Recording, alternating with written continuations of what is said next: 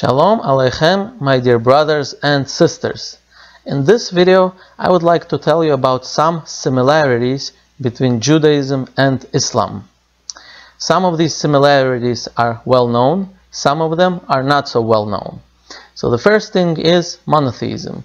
Both Islam and Judaism accept only one God, and this God is non-divisible, He's not visible, and He's not physical in any way or form.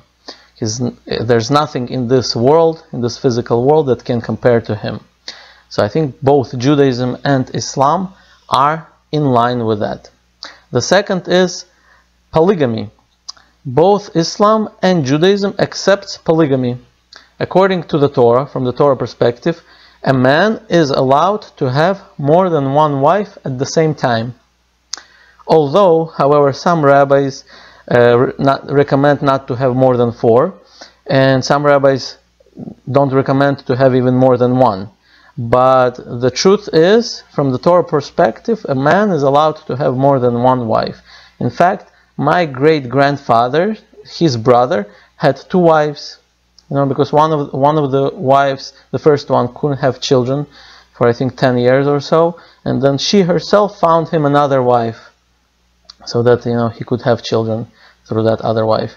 So both Islam and Judaism, has a similarity in that. Although in Judaism, by the way, there's no limitation for a regular man, as long as he can afford it. If he can afford more than 5 wives, technically he could. However, a Jewish king, has a limitation. So that's, I'm not sure if that's same in Islam or not, but I know this about Judaism. Okay, another similarity is that certain laws we have are capital crimes. So, for example, in Judaism and in Islam, in both religions, homosexual acts is considered to be a capital crime. Adultery, meaning where a woman cheats on her husband, it's a capital crime.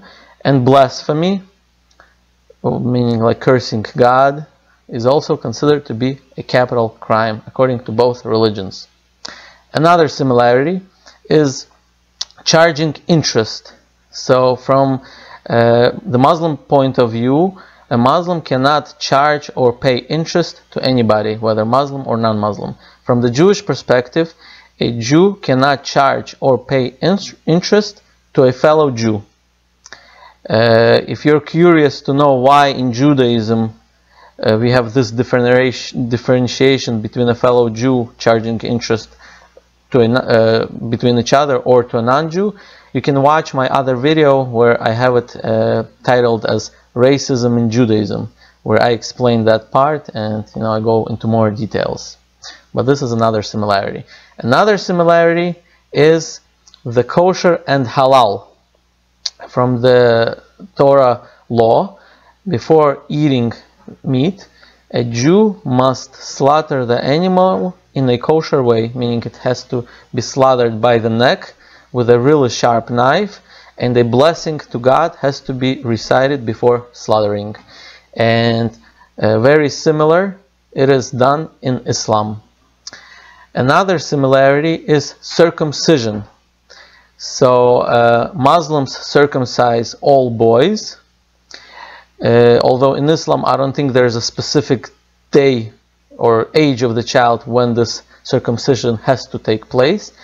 In Judaism also every boy has to be circumcised, but in Judaism there's more specific as far as that it has to be done on the 8th day of the baby's life. That's how, according to the Torah, Abraham circumcised his son Isaac, and then the Torah commanded us to circumcise all the male children on the 8th day of his life. Unless there's some medical issue or medical reason not to do it, let's say the child is sick, then it can be done later, but never can it be done earlier. Another similarity is pilgrimage. According to Islam, every Muslim must do pilgrimage to Mecca, and I think the rule is once in his lifetime. According to Judaism, we also have pilgrimage. However, nowadays the pilgrimage was done only to the temple in Jerusalem. Nowadays, since we don't have that temple anymore, we cannot do pilgrimage. But as Jews, we believe that eventually we will have that temple. It's called the third temple, and we will do pilgrimages again. But what are the pilgrimages? We had 3 pilgrimages throughout the year. So on 3 holidays, every male Jew had to go to Jerusalem to do pilgrimage to this temple. And the holidays were Passover, Shavuot, and Sukkot, the 3 holidays. Another similarity is that the direction of prayer. According to Islam, Muslims must pray towards Mecca. According to Judaism, Jews must pray towards Jerusalem. And it's interesting that according to Quran, actually, that Muhammad also prayed towards Jerusalem until this was changed a little bit later in his lifetime. Another similarity is that in Islam, when Muslims do pilgrimage to Mecca, they circle the Kaaba 7 times. So in Judaism, when we did pilgrimage on the holiday, specifically on the holiday of Sukkot, the Jews, the Kohanim, who were the descendants of Aaron, also would circle the altar 7 times on the last day of Sukkot. And it's interesting that this was as a remembrance of the miracle that God did to Yoshua, peace be upon him, when they conquered the city of Jericho. It says in the Tanakh that when Jews came out of Egypt and God told them to conquer the land of Canaan, the way the city of Jericho was conquered was that God told them to encircle the city 7 times and to blow the trumpets, which they did. And as soon as they blew the trumpets, the walls of the city collapsed, and that's how the Jews were able to conquer this city of Jericho. So they had to encircle the city 7 times. So in memory of that, the Kohanim had to encircle the altar during the pilgrimage of Sukkot, also 7 times. So that's another interesting similarity. Another interesting similarity is that according to both religions, Judaism and Islam, we believe that the religion must control the country. Meaning, in Judaism, we believe that the Torah is the law that's supposed to be the law of the land. That a Jewish country should be ruled by the laws of the Torah. And the Muslims believe the same way, that the land of Islam should be ruled by the laws of the Quran. Another famous similarity is the similarity between Hebrew and Arabic languages.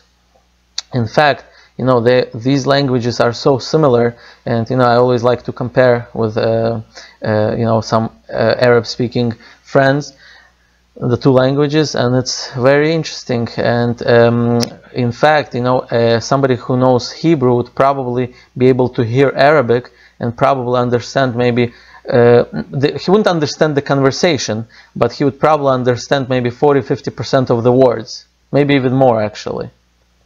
Probably even more. Although he wouldn't be able to understand the conversation because the grammar is different and you don't know how the words are connected. But to pick out individual words, it would be probably very easy to do for a Hebrew speaking to Arabic, and probably vice versa. And another similarity in the language is that both of our languages are written from right to left, which is actually unique, because most of the languages are written from left to right, like English, Russian, but Hebrew and Arabic are both written from right to left. So I hope you learned today something about on the similarities between the 2 religions. Thank you for watching.